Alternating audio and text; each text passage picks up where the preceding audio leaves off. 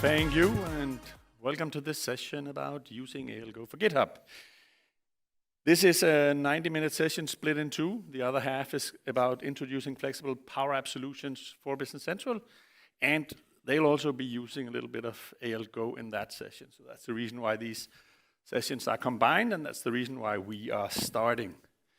My name is Freddy Kristiansen. I'm a technical evangelist with Microsoft, coming out of Copenhagen, and I think I've been here at Tech Days every single year since we started. So it's a big pleasure to be here. And together with me I have... Hi, my name is Krzysztof. I'm not working for Microsoft, but Freddy invited me to show you also how I'm using ALGO. You can call me KB or Chris. It's much easier than Krzysztof, and I'm from Poland. Thank you, and thank you for joining me here, Krzysztof. It's always good to have people on stage that actually use the product, and so this presentation is probably going to be one of the least technical presentations I've ever done, and then it's on Tech Days. The reason for that is I've gotten some feedback that whenever I do like these very deep dives on ALGO, I only gotta touch the surface of some areas in ALGO, and really people won't get the entire picture. This presentation is about using like day-to-day scenarios. What are we actually, how are we working with ALGO for GitHub? And then in the end of our section here, we'll go into a little more advanced areas where we also are talking about like how you actually can modify the settings in ALGO to do something that is vastly more advanced than what you're going to see in the first presentations. But with that, we've kind of split the agenda into a number of areas that we'll try to get through, see if you make it.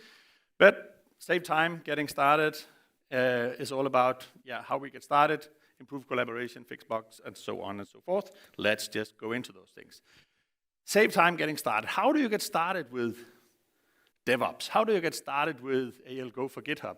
Krzysztof will do a demo in a short while, but really, if we look back, we've had like the hands-on lab, and we've had like various templates on Azure DevOps and on GitHub on how to get started and how to use things. And I'd say today that people saying they're too busy to set up DevOps is like woodcutters saying they're too busy to sharpen their saw. So this setting up DevOps, using DevOps is something that is going to save you time.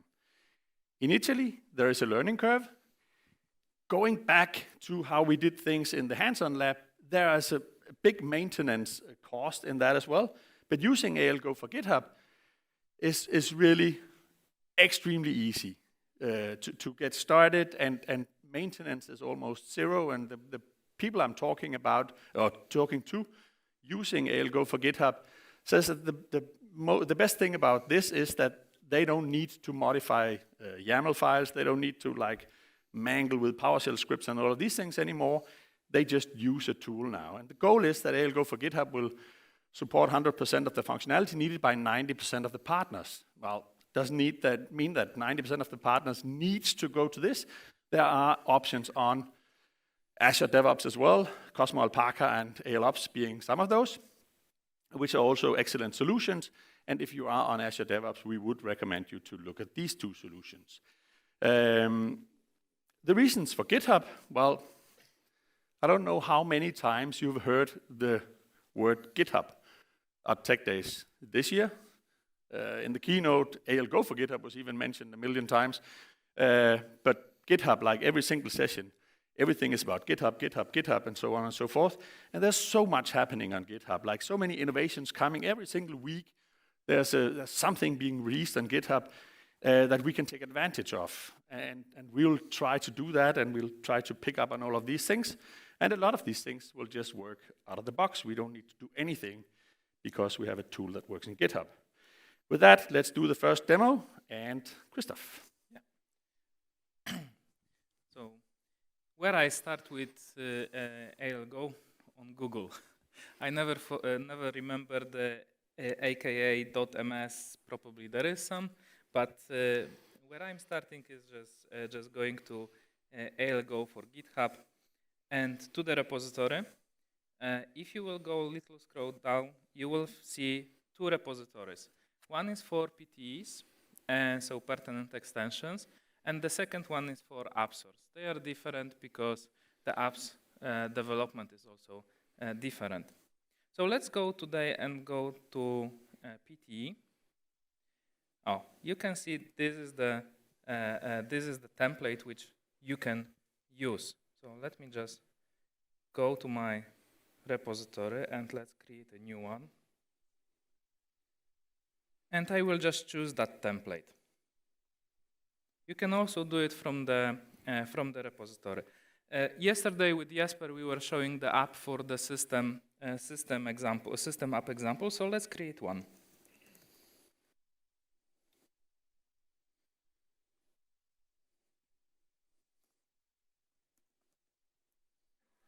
Days. Okay, I can make that this repository is public or private. And in my case, I will do it private because most of the work which we are doing is also private. But this one later I will change, so you will be able to have access to it. So I will make it private.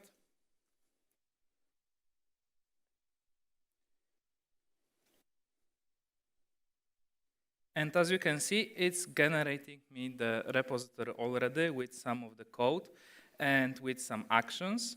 So you can see also the initial commit is already running. So I didn't do almost anything, and my pipeline was already run. You can see that I have also a lot of actions, which we will be talking later. One of these actions is that you can create a new app. Just give the range, and it will be added to your repository. However, I will do it a little different this time. I will just copy-paste my files. So let me only drag and drop this one. You can see that automatically my app, which I had already prepared, is going to the repository. I can only choose if I would like to have it as a new branch, or I will just commit it directly. Typically, I am creating a new branch. In this case, we will just commit to the main branch.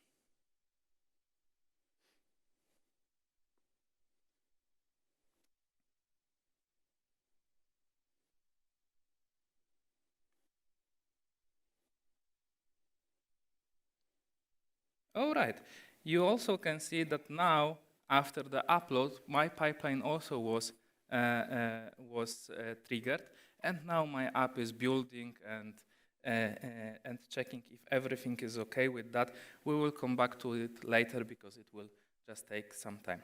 However, I would like to cooperate with Freddy, and that Freddy will do something that later I can check his code. So let me go to the collaborations, and probably I will need to use my phone for that, because as always, some notifications here going where we have it. Yes, let's type 30.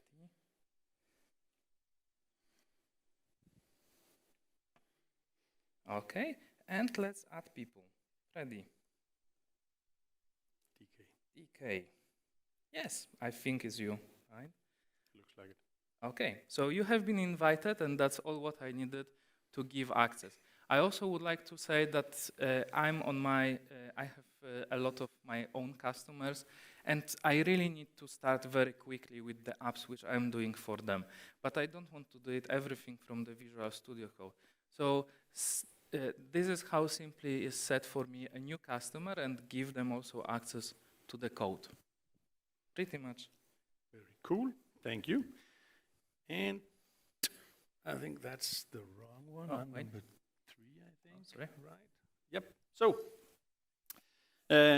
as you saw, like just getting from a template and getting started very quickly. And what Krzysztof did was just to take one app and copy that into the ALGO repository. The way GitHub is organized is that you have one or more organizations that you're a member of. Then you have, in every organization, there can be a number of ALGO repositories, and in every ALGO repository, there can be a number of ALGO projects, and in every ALGO project, there can be a number of apps, test apps, BCPT apps, and so on and so forth. The repository is really the release vehicle. Whenever you release something, it's on a repository level. The ALGO project is what you install together. That would be your Italian version or your Danish version, or like some apps, but they are released together in one repository. So this is the way that you kind of think of the split between things. In Krzysztof's example, it was extremely easy because there was one project in one repository in his organization where he invited me as a collaborator. Let's talk about collaboration then. The way that ALGO for GitHub then implements stuff like branching is kind of, I'd say new, because for people who have used hands-on lab and have been like developing their own scripts and workflows and all of these things, branching has not even been in the hands-on lab at all. So thinking about how do we enforce branches, how do we figure out what release branch is used as the previous version, and all of these things is something that is built into GitHub. So if you use the branching strategy that we suggest, then you automatically will have a setup where you can hotfix earlier versions and where you will get advantage of using the previously released version as the previous version to your current build so that you don't break it, and all of these things just happens out of the box. So no need for any coding there as well. Let's just have a look at how this branching is suggested and what we recommend. And this is actually pretty similar to how we work in Microsoft in our development. We'll always have a stable main branch. We'll branch out to a feature, work on that. This can be a branch or it can be a fork. Forks are more secure, and I'll show that in a second. Whenever we like create a pull request into the main branch, builds, test runs, and code reviews are mandatory. Well, you can set them as mandatory, but you can also allow repositories to not have these things as mandatory, but we suggest they are mandatory. Then we branch out to another feature, and we create a release out of the main branch, and as soon as we create a release, we update the version number in the main branch. The reason for this is that we don't want to have conflicting version numbers in these two branches, and we always know that any build from the main branch is newer than the build from the release branch. We'll be working on our feature B, branching out to another feature C, and at some point in time, creating a pull request into the main branch from feature B. Now, here, ALGO figures out that there is a release called 1.0, and main needs to be compatible with that. So it uses the previously released bits as the previous build. So upgrade tests will be running, and test runs, and all of these things, and of course, code reviews again before you can upgrade to that. Now, if you create a hotfix here, that is actually fully supported by checking in or creating a pull request or taking a cherry pick other things into the release branch, and then you can release that one. If you then later merge in something from feature C, it will use the hotfix as the previous build. And again, if you create another release, then you need to update the version number in the main branch, and that happens automatically as part of the update or create release workflow in ALGO for GitHub. Then you also have another release branch, and now you can kind of see that you can be developing, and it finds out that this is the latest release, and you can create another hotfix and another hotfix. And all of these things are built in automatically in ALGO for GitHub so that, you will have this setup working. You don't have to code that yourself. Let's do a small demo of me actually looking at Krzysztof's repository, if I can find that. This would be me. And looking at my, let me just refresh this one. I should probably have shouldn't I have like an invite from you? Maybe that is here. Unread notifications. BC for subscribe, so this is the one. Accept invitation. And I now have like access to this one. So I could clone this one and create a branch if I have write access to this one, but I can also create a fork of this in my own Freddy DK up here in my own repository, create fork here. And now start working on this one. I could create code spaces if that was working. It isn't, so I'll go into this one. Just make not in the permission set, no. Let's go here in the system application, examples. What do you want me to change, Krzysztof? You can go something to anyone. in the anyone. I will reject it, so don't worry. What are you talking about? Okay, well, see, I need, of course, to start editing here. And I'll say, what? Reject. So I could, well, what I do with this one, if I create a pull request here, then I'll create a pull request on my own. I can also create a pull request towards Krzysztof. But here I'll commit directly to my own branch, which is my Freddy DK branch, or Freddy DK fork. And now I'm one commit ahead of BC4 for all main here, and I'll contribute that and create a pull request on Krzysztof's repository to see how that works. Now, having a fork, I can also run all the actions and everything on my fork if I wanted to, so I can ensure that everything works before giving the word over to Krzysztof. Which you probably know that it will not work, because you just put some without comment. So what is happening now when Freddy did the pull request? First of all, the build is going, and so we will know if he didn't make a breaking changes and all mistakes in just changing something in the repository. I hope you will test it before. But what I can do, and this is which I encourage you in all your organizations, whatever you are using, use the code reviews. Also invite your junior developers also to the code reviews, that they will also be able to add some comments to that, but also thanks to that they will also learn how the code is done. I also doing development for many years, and I'm learning something from even juniors or seniors which are doing, and I'm asking why, for example, they did the code this way, not other way, and then we have a discussion. Right, so what I can do, I can always add the comments, and why you added it why are you rude? Will break the code.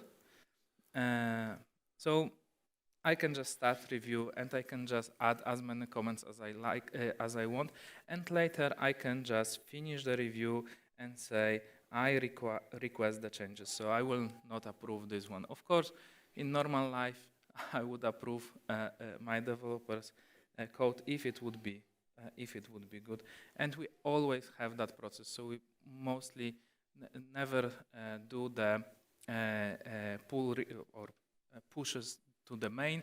We even have blocked, so only people can create repository, the branch, and then do the pull request. So submit review. And by the way, the fun thing is also that I get an email. You cannot see it, but I'm getting email faster than someone even will write to me that I need to do some code review. And yes, maybe I shouldn't, but sometimes I'm not next to the computer and I really want to push something fast and check it. I also can use the mobile app for that and do it from phone. So that's really cool. All right, Freddy, I will not approve it, right? I could change it also, which, can I show it? I think we need to move on. Yeah, okay, then I will. Yeah, you can actually modify code if you want to. Sometimes it's happening that I also modify the code because someone make a mistake and spelling, so instead of sending it to the developer one more time, I'm just fixing it to be it faster with the process. So this process is like fully automated by Elgo for GitHub. You don't need to do anything, all of the code reviews and all of the other things. And also if you have test apps installed, they will be merged as well. Let's talk about bug fixing, and if you want to fix a bug and actually bring that back to one of the earlier releases, and how can you do stuff like that. The branching strategy again, like let's just have a quick look at what we talked about earlier, where we have a release, we have another feature here, and when we create that feature, let me see here, we find a bug, fix this bug, and then we want to cherry pick that fix into the earlier releases because we found out that the guys running on version 1.0 and 2.0 really can't live with this. So how is this supported by ALGO for GitHub? We actually have nothing in ALGO for GitHub for this specific. What we have is we have the branching strategy and all of these things so that you can move things into the branches and we'll build and we can release hotfixes and all of those things automatically.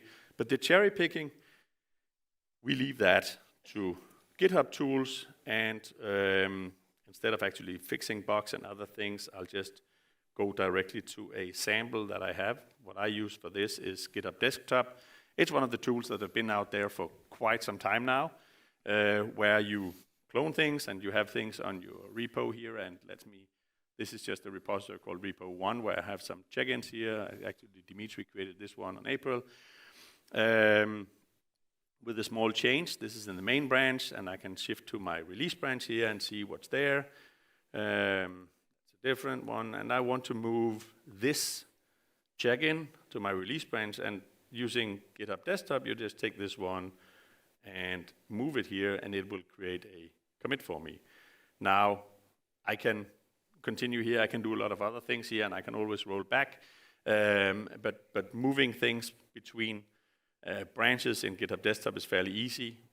You can also learn a lot you can learn how to do things with Git.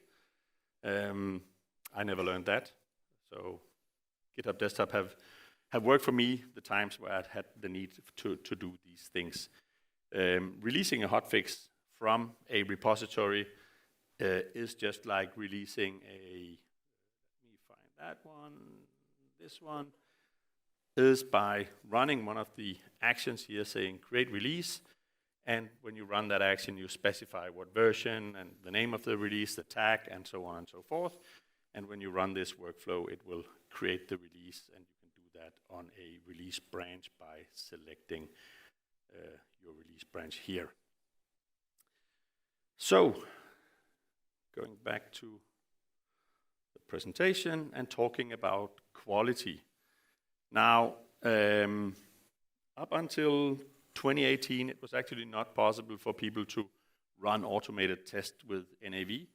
And after we got containers and we got the test runner and all of these things in containers, it's now possible to fully automate that in CI/CD pipelines. And I'm sure a lot of you have done that and are happy with that. In ALGO, it's fully automated, so if you check in to your repository or to your project an app which is a test app, then it will automatically be recognized as a test app and run as a test app. The way that we look at this is that if this app has dependencies to any of the test framework apps, then we see it as a test app.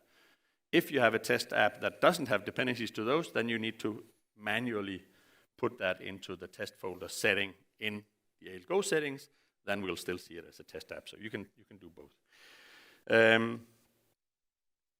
We run automated tests as part of every pull request and on every commit as well. We do, as I said earlier, locate the previous release and use that for upgrade tests before running the tests. And let's have a look at some tests that are passing and some tests that are failing. Okay, so let me also show you that our build just finished, so it took 40 minutes to do. But for the tests, I will move to my daily repository where I'm working for one of the ESVs. And we're running as well tests. This one I run manually. And you can see that they are failing. Yes, they are, unfortunately, but this is also because I would like to show you something. So you can see when I have 10 apps for a little less than 10 apps, 6 apps for the tests. And this is also where I can see if each of my app is passing or failing some tests. As you can see, one of it, and this is 968 tests and 950 passed, but 18 didn't. So what I can also do, I can also see which test has failing, right? So each of that test, I can in fact go and check with the developers why those tests failing. We're running tests not every build, but it's only because they are taking half an hour, right? So we are running them one per night, just to see if everything is okay. And you also can run them manually whenever you want, and also for the next releases as well. If I will go to any of the tests which are failing, you can see also the call stack for that, and then you can just talk with the developer, hey, go and check why those tests are failing. If everything is okay, then great. I expected that I had over 1,000 tests failing because of some issue with one of the feature, and it turns out that I cannot see. So if you will not see something, it means that a lot of your tests are failing. So anyway, you should fix something. Yep. And the reason for that, if you stay on this one, is that the feature that we use here is a GitHub feature called build summary. Like every job in GitHub can have a summary, and in 2023, they maybe end of 2022, they introduced this summary thingy, and you can put text in there that can be 65,535 characters. So if you have a lot of tests failing, it will overflow, and we'll stop there. And what you need to do if you have a lot of tests failing is to actually download the test results, and in that you'll of course be able to see everything. Exactly. So let's have a look at improved security. Another reason why you should use DevOps, if you are not already, is that whenever you need to upload to app source or upload to a customer PTE or whatever, then if a developer or a consultant need to carry that app on their laptop or whatever to the customer or upload it on SaaS or whatever, there's a risk that he picks the wrong file on the disk, and there is also a risk implied in having people having access to customer environments all the time and all of these things. So having your DevOps workflows deploy to customer environments and making sure that these the secrets for these environments are actually secrets on the environments inside of GitHub and can only be accessed during deployment and not actually by any evil person or anything like that, just improves security and improves the risk of failures. We actually had people uploading apps to app source from their laptop, and it passed validation, and that was kind of not supposed to happen because this app was a different branch, meaning that now they needed to upload the real one. The problem with that was that broke a lot of things to the other one, so we said, you can't upload that because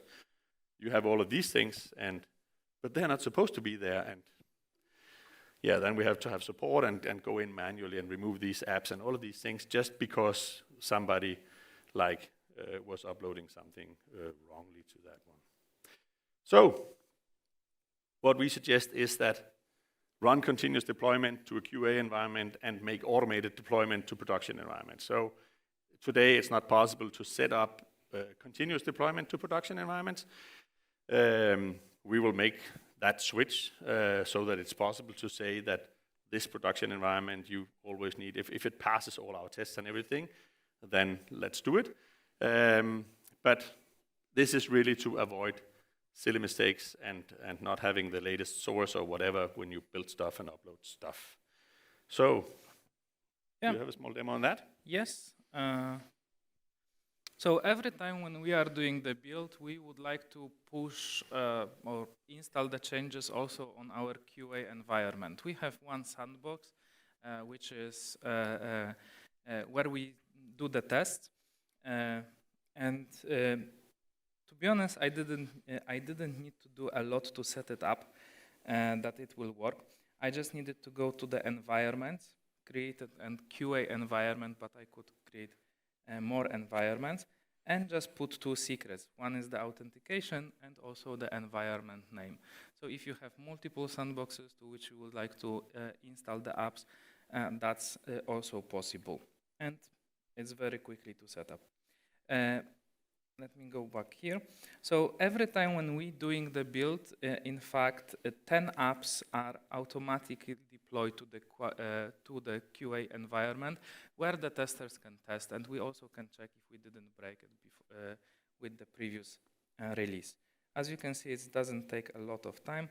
Let me just go here to deploy, and you can see that it's not only one app, but in fact, it's starting in the good order as well. So I even don't need to care about it. It's just deploying all the apps in the correct order of the dependency. Every of our app is depend on the forms and EAM, but all other can be in the random order almost.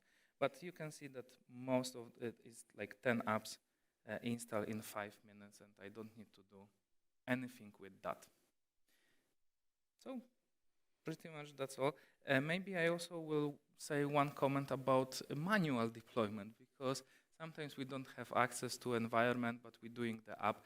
And this is also where I also like GitHub, because if I have a consultant which needs to install the app, for example, for them environment, they just go to the repository, to the build, and just can take the files which you seen below, and that's all what they do, right? So that was all the training. Of course, it's not ideal, but I don't have, in this case, access to repository, to their environment. So if you will want to just publish this app, you will be able just to take this app which was generated. But in general, we're doing as much as we can automatically. Very cool. The next section is about know before your customer. So, as you probably found out, we are very keen in Microsoft on updating all our customers online to a new version every single month. And every 6 months, we will be rolling out like a major release. And sometimes partners break their customers. Sometimes there's something in the app that isn't compatible with the next version, and it comes as a surprise to some partners. Well, not to partners running ALGO for GitHub, because they will know before their customers. What we have here is we have several workflows that you can run on a schedule for testing your bits against next major, next minor, or the current version. Why the current version? Are we developing on the current version? Well, a lot of people say that if I need to be compatible with version 20 because I have maybe an on-prem customer, or I have customers online that's still running 21 or whatever, then I want to be developing on the version that the least version that I need to be compatible on. I'm not developing on the latest version because I stand the risk of using some components that are not in the version that the customer is running, and thus like break the old customers actually. So if you're developing on 21.2 because you have a customer on that, then you run your test current that tests your app on right now 22.2. In a month from now, 22.3, you'll be testing on test next major, which is 23.0, or next minor, which today is 22.3, and in a month from now, 22.4. All of that built in. You don't need to do anything but create the insider SaaS token secret. Guess what? In a future not so distant, that insider SaaS token will probably, like 99%, go away. Yes. And we'll be able to actually automate those things even further. So we'll just be able to run these things without. Now, if I can have a comment. To do that. You can talk while I'm finding my... So I really love that the token will not be anymore needed, hopefully, because I always have problem to get it. But I wanted also to say why it's so important as a partner.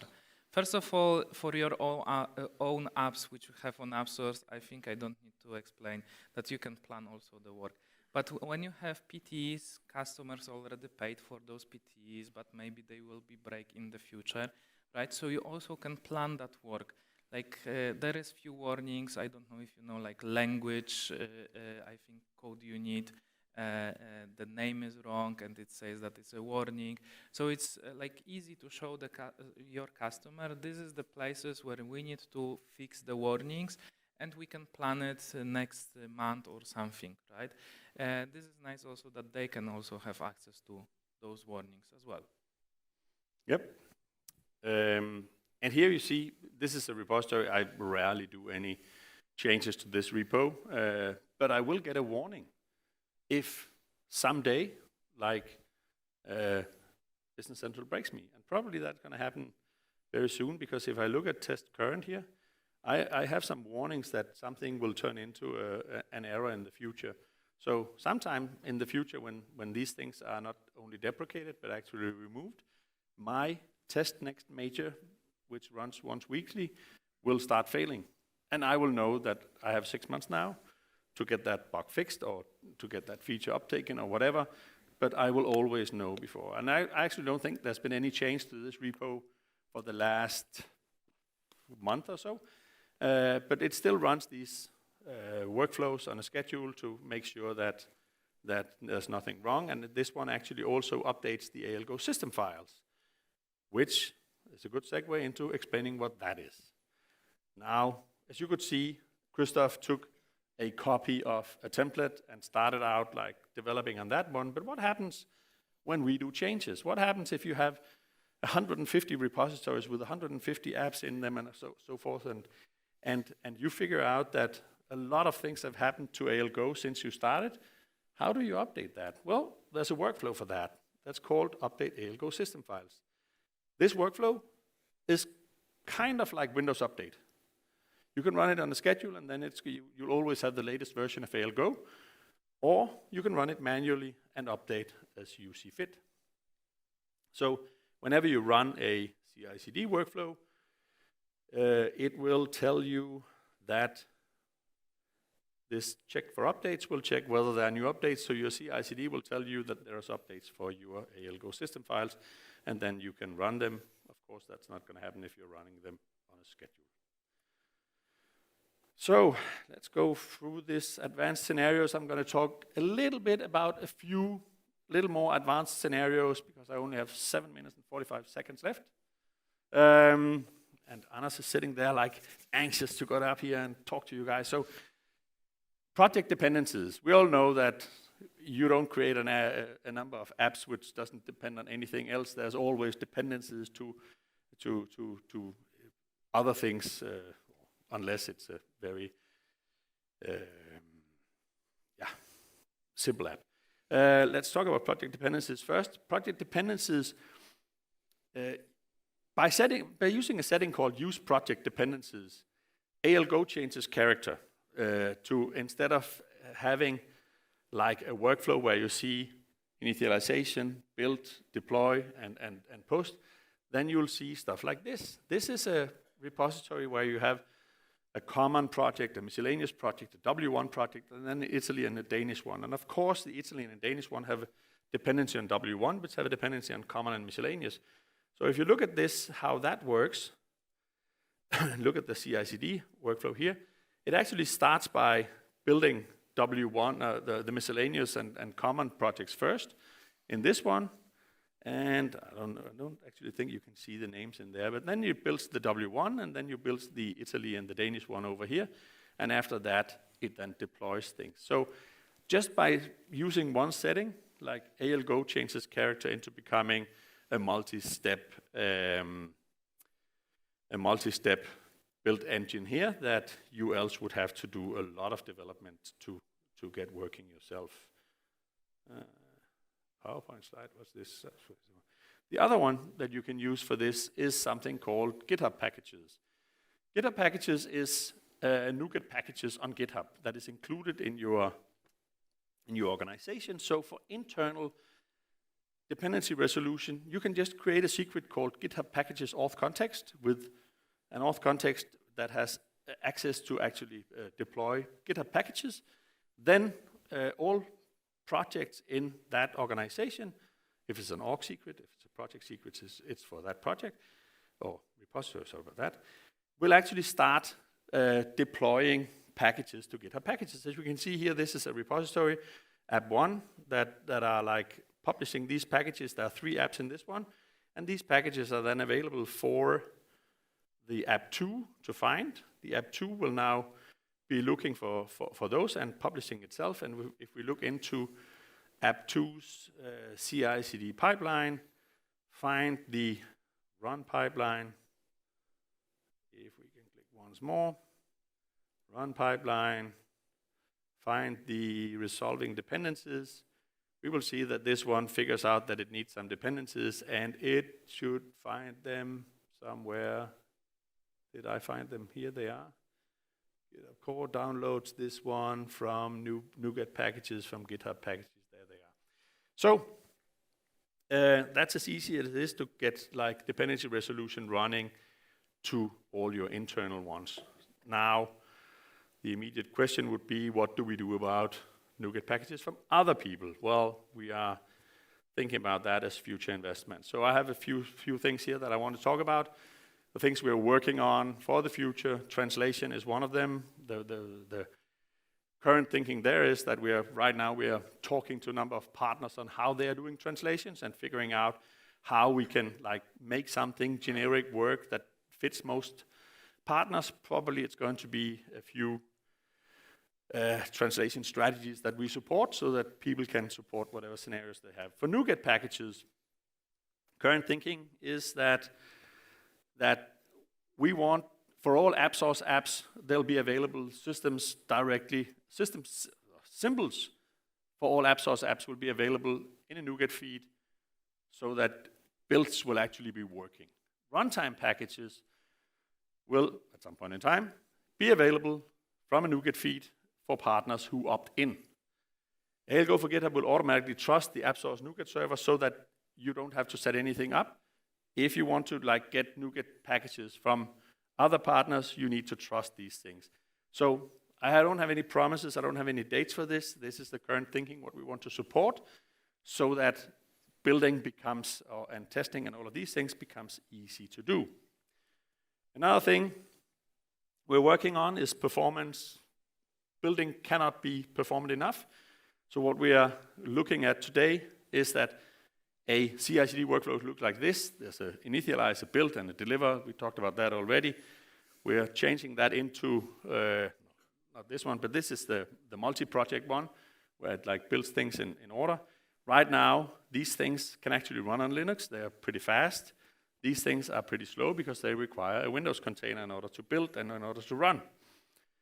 What we are working on is to change that into, split the build and the test into two jobs. And the build actually do not need a container, and the test will need either a container or other things. So this is the same one with like multiple things, multiple projects. And then these things will be pretty fast, and the testing will require a container. Or will it? Well, actually not, because we'll support other test environments like Cosmo Alpaca build containers, Azure Container Instances, online sandboxes, and these things might already be there, so that it doesn't take any time to spin them up, so running tests might be much faster than that. So the idea is that all workflows will be able to run on Linux for better performance and lower pricing, as Linux runners are half the price of Windows runners. And all of these things are available for you guys to just use by updating ALGO for GitHub system files, and you'll have the latest and the greatest. The other piece would be that Cosmo Alpaca, they actually also will support ALGO directly from the VS Code extension, so you can create dev containers and stuff like that. I think they're going to show that in their session here after lunch, I think so. The other things that I just quickly have 30 seconds to talk about. Page scripting. Vincent showed you that in the keynote. We will be supporting, whenever that like matures, that you take these YAML files that spit out by the page scripting and just put into your DevOps, and we run that as tests. LeapWorks was announced yesterday that we have an integration with those, also for DevOps, code spaces, and last but not least, Power Platform support, which will be the next one, and You have 27 seconds to get up here and start your presentation. Thanks for that.